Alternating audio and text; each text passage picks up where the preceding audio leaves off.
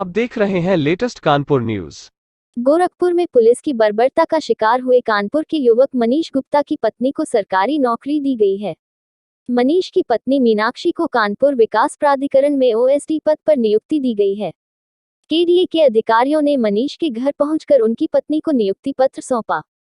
इस दौरान बीजेपी विधायक सुरेंद्र मैथानी भी मौजूद रहे। केडीए के अधिकारियों का कहना है कि मृतक मनीष की पत्नी अपनी सुविधा के मुताबिक केडीए में ज्वाइनिंग कर सकती हैं। उन्हें कुछ कागजी कार्यवाही पूरी करने के लिए कहा गया है।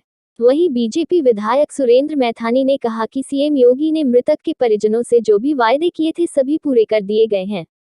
वहीं विपक्षी सीएम के सरकारी नौकरी के वादे पर सवाल उठा रहे थे।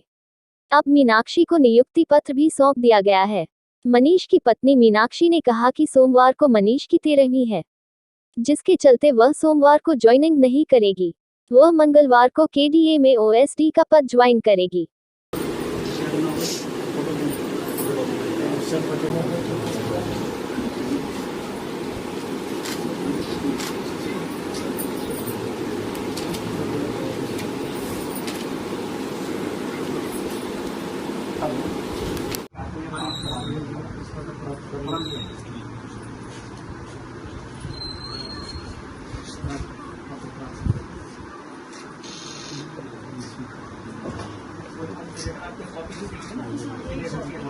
आपको एड्रेस कॉपी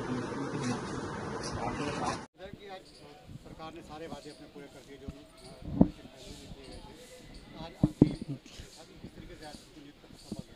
देखिए, जब मैं पहले दिन आया था, डेड बॉडी यहाँ सामने थी, तभी मैंने उनके परिजनों को कहा था और उसी समय लगातार समाजवादी पार्टी के लोग और कांग्रेस के लोग ये आरोप लगा रहे थे कि नहीं, इस पर कुछ नहीं होगा।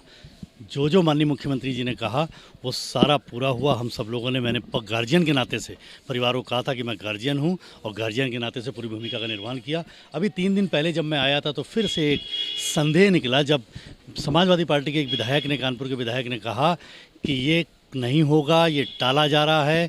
और जब ये जानकारी मैंने एक व्यवहारिक रूप से माननीय मुख्यमंत्री से रात में बात करी, उन्होंने कहा इस विषय पर बात करने की कोई आवश्यकता नहीं। जो मैंने उस दिन परिवार के साथ भेंट करके बोल दिया था, जो आपने विधायक जी मुझसे कहा था, वो सब पूर्ण कर चुका हूँ। प्रक्रिया अविलंब पूर्ण होकर के नियुक्ति भी उनको मिलेगी।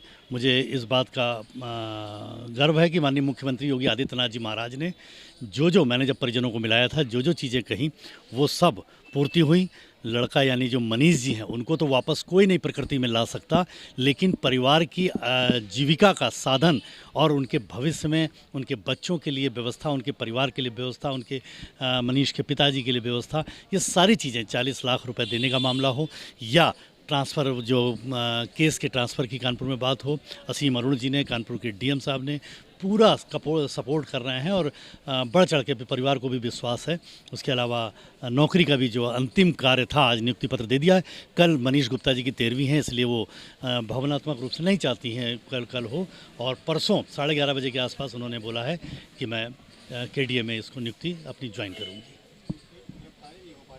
गिरफ्तारी भी होगी। अभी बहुत सी चीज़ें ऐसी हैं जिनको सार्वजनिक नहीं किया जा सकता, लेकिन असीम अरुण जी पर, उनके परिजनों को भी, मीनाक्षी गुप्ता जी को भी और स्वयं मुझको भी पूरा भरोसा है। परिणाम आपको आने वाले समय में तुरंत दिखेगा।